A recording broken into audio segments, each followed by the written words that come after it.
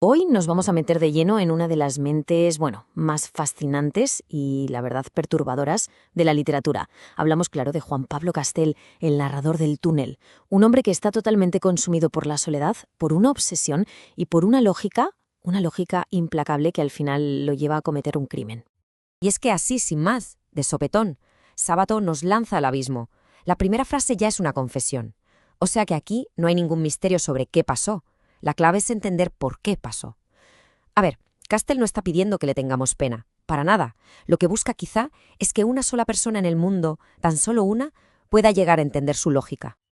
Vale, entramos en su confesión. Y que quede claro desde ya. Esto no es una disculpa, para nada. Es una justificación. Castell se presenta como alguien que, ha analizado a fondo la condición humana y ha llegado a unas conclusiones bastante terribles. Para él, el mundo es un lugar horrible. Y en un sitio así, a veces, matar a alguien puede ser incluso una acción necesaria.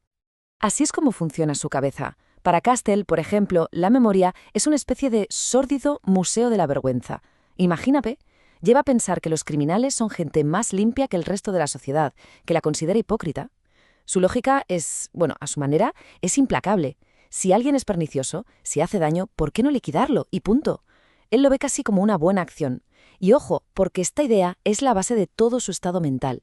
Pero claro, a pesar de todo ese cinismo, de ese desprecio que parece tener por todo el mundo, hay una pequeña grieta en su armadura.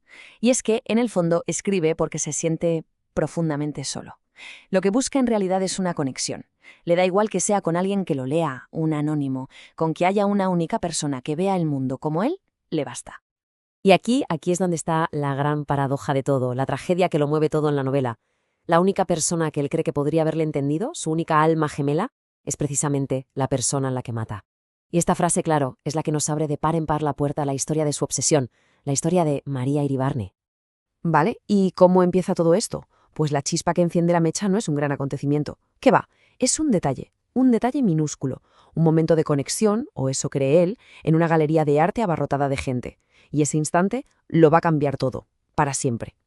Bueno, pues la cosa es que Castell es un pintor bastante reconocido. Expone un cuadro suyo, Maternidad, y los críticos, pues como siempre, le echan flores. Que si la solidez, que si la arquitectura de la composición, esa cosa profundamente intelectual, ya se sabe. Pero para Castell, como siempre, esta gente no se está enterando de nada. Porque la clave del cuadro, lo importante de verdad, no está en lo que todo el mundo ve. No. Para Castell, la esencia de su obra está escondida en una esquinita, en una pequeña escena. Es una ventana desde la que una mujer solitaria mira al mar. Y esa escena es, en realidad, un reflejo de su propia alma, de su soledad ansiosa y absoluta. Y entonces la ve. En medio de toda esa multitud que pasa de largo, que mira sin ver, hay una mujer joven que se detiene y mira fijamente, justo a la ventana. No está mirando el cuadro, está mirando la escena. Para Castell esto es una revelación. Alguien por fin lo ha entendido. Alguien siente lo mismo que él.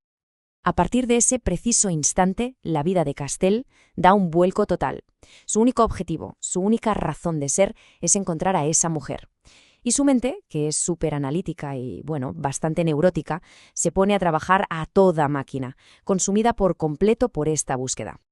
Y cuando digo que su mente se pone a trabajar, me refiero a que se pasa meses, imaginando todos los escenarios posibles para volver a encontrarla y hablar con ella.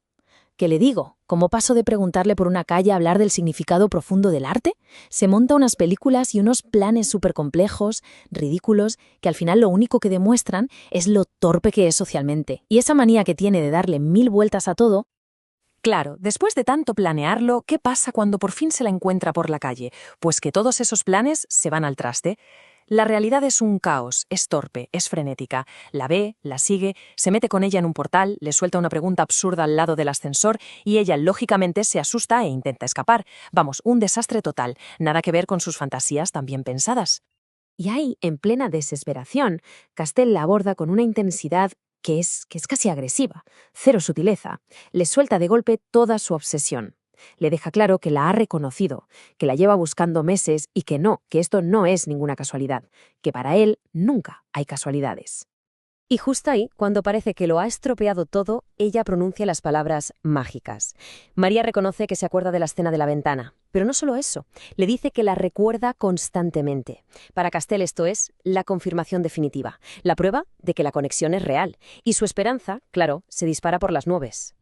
Y así arranca una relación que va a ser las dos cosas para Castell, la fuente de su mayor esperanza y a la vez de su tormento más profundo.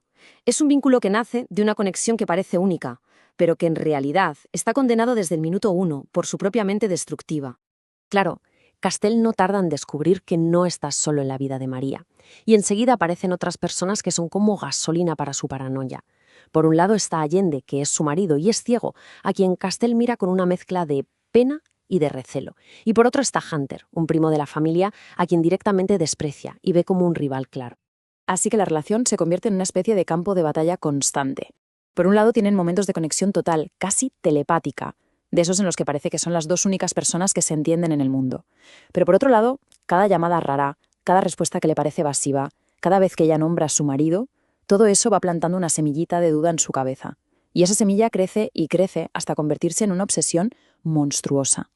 Y aquí es cuando empiezan los interrogatorios. Unos interrogatorios que se van volviendo cada vez más retorcidos, más crueles. Castell necesita saberlo absolutamente todo. Quiere poseerla por completo, no solo su presente, sino su pasado, sus pensamientos, todo. Y la primera pregunta que le lanza es así de directa, así de brutal.